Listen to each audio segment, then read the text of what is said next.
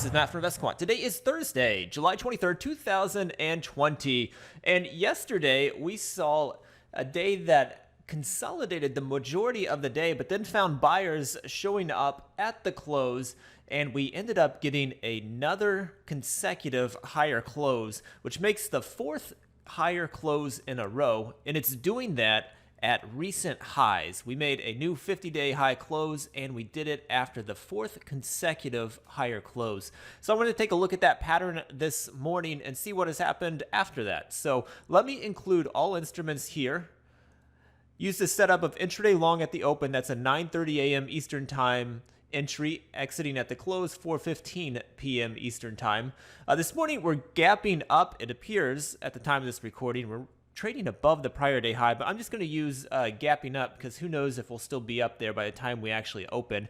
Then I'm going to go into price patterns, and I'm going to put in this pattern of a 50-day high close like we had yesterday, as well as 4 consecutive higher closes. So you're getting that marching higher like pattern up into those 50-day highs. And then I'm just going to put it over a 200-day moving average and click view results. And here we go. So these are the results of going long at the open, 9:30 a.m. Eastern Time, exiting at the close, 4:15 p.m. Eastern Time.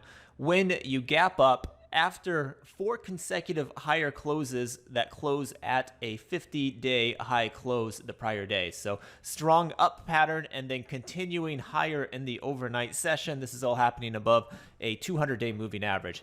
Historically, that's happened 95 times in the ES. It's happened a little bit more frequently in the NASDAQ at 129, 110 in the YM, and 94 in the Russell. And looking at win rates here, ES coming in at 41%. So historically, that has been a bit of a weaker day after that pattern. So perhaps it's getting a little bit stretched as it's up there at those highs and continuing higher in the overnight session. The next day, only 41% of those are closing above the open. Now, in the NASDAQ, we're at 54%, so we're not seeing that same extension-like pattern that is being exhausted or whatever is playing out like it is in the ES. That is not happening in the NASDAQ. YM exactly 50-50 and Russell 52%. So 3 of the 4 are very neutral on the win rates there. Not much movement apart from that 50%, just a touch higher. Whereas ES is quite a bit weaker after that pattern at 41%. So not sure exactly what the difference is between those, but ES has been a little bit weaker historically than the others. Hopefully you found that interesting. Good luck today, and we will see you next time.